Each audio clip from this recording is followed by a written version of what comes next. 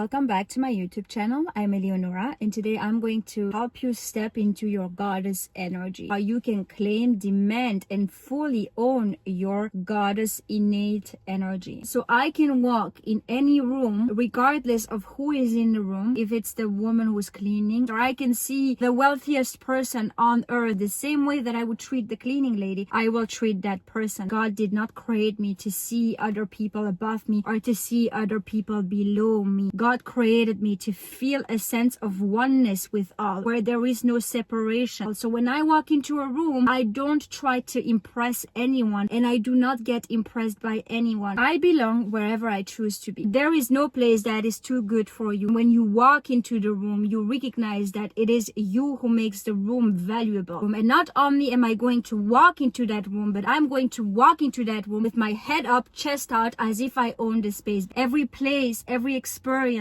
everything that I want, everything that I feel a desire inside my heart to go and get is God's way of talking to me. He would never want me to want more if it was not His will that I do have more. If I walk into an apartment and everybody is telling me that that's the only apartment I can get, I do not listen and I walk away because it doesn't align with my energy. If I'm in a relationship and that person makes me feel like I'm asking for too much, I don't feel like I'm asking for too much, but I find someone for whom that's not too much. If I'm in a relationship with a friend who sees everything as a transaction, but I am a conditional giver, I stop that relationship, I walk away from that relationship. I have the power to choose where I remain. God did not create me to go in low vibe places. When I see another woman succeed, if I'm not happy for her, if I'm not fully excited for her, that's my sign that I'm not connected to my goddess energy, because a goddess knows that she can do whatever she wants in this earth, that every person who has it before her is only an example of what's possible for her. I'm not tied to anyone and to anything. Yes, I have gone through experiences that have created a set of behaviors in my personality, but I do no longer need to carry them with me. I can recognize that they are just a pattern, that I can cut cords whenever I want to, that I can free myself whenever I want to, that my resistance does not define me. I used to have a pattern where I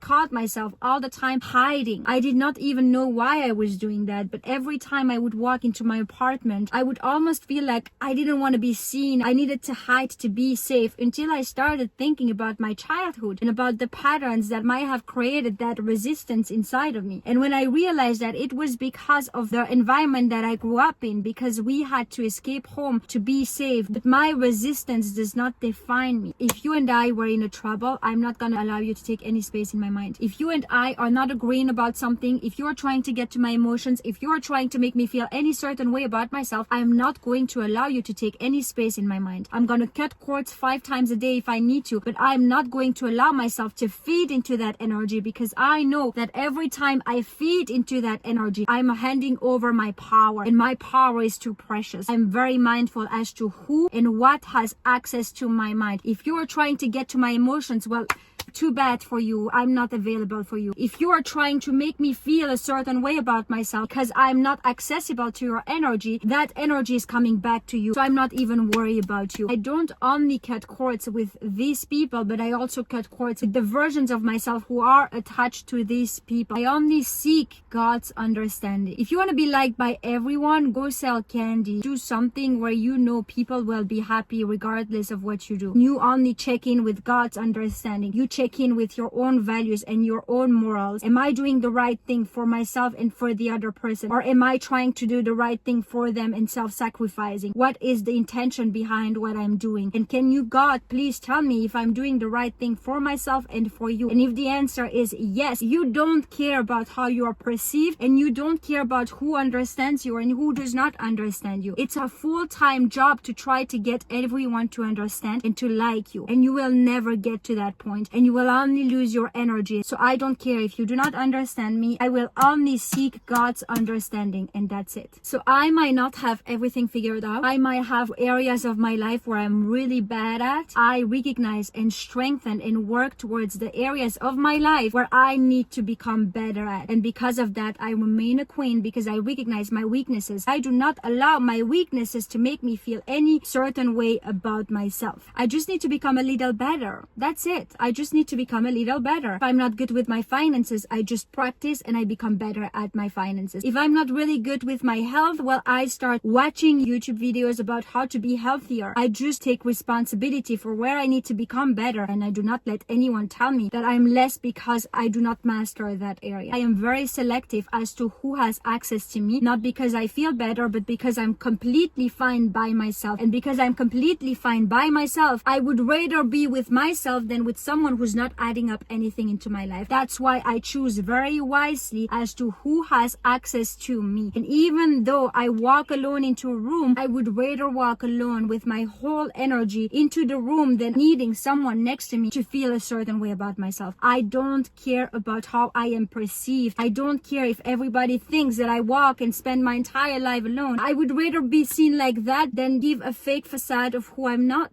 And that's the truth. I don't care. Like, every time I'm with a person in a room and that person talks about a friend or they complain about their job, but they do not do anything to change their job, I walk out of the room. I don't stay with you. I don't care if you're gonna judge me with all your friends. After I walk out the room, I'm still gonna walk out of the room because I've already accepted that that's how you will react. Am I doing it because I want anyone's approval, or am I doing it because that's the right thing to do for me? If someone is messaging me but I don't really feel like it's healthy for me to entertain that person, but a pattern of me inside of me who is a people pleaser, things like no, I have to make sure that this person likes me. Well, you pay attention to that. What's my intention? Is it to be liked by others? Is it to be seen a certain way by others? Is it for others to respect me? Or am I trailing myself and not respecting myself because I'm actually not doing it for the right intention? If I have decided in my life that I want to go somewhere, I am not responsible for other people who are not putting in the work. And I don't have any guilt of outgrowing other people, because I'm not outgrowing them because I'm special, but I'm outgrowing them because I put in the work every single day. I only feel responsible for myself, for the future version of myself, and I place her as my number one priority above anyone. And if there is anyone that is as committed as I am, I'm going to hold their hand and help them go up with me. But if there is someone who's complaining constantly and they are not growing, or they're always talking about growing, but they don't come up with you, you do not take any responsibility for them. You cut cords with peace, with love, you pray for the highest good, and you move on to the next mountain for yourself. Every dark time is God's way of showing his love to you. If you are having one challenge after the other, maybe you are not hearing the message. Maybe you are not understanding that the same God who has given you the best moments of your life is now pushing you into becoming a new version of yourself. He's pushing you to give you what you have prayed for. That's why every dark time is an answer to my prayer. Every dark time is there because God loves me so much that he wants me to step into a new version of myself. And when I accept that, well, I approach the challenge in such a way where there is no other option than I come out even higher than I ever was before. That's when you recognize that every dark time is an answer to my prayer. And that's it for today. Thank you so much for watching. Thank you so much for subscribing, liking, sharing your thoughts with me, joining me on Instagram so we can stay in touch, and I am going to see you very soon.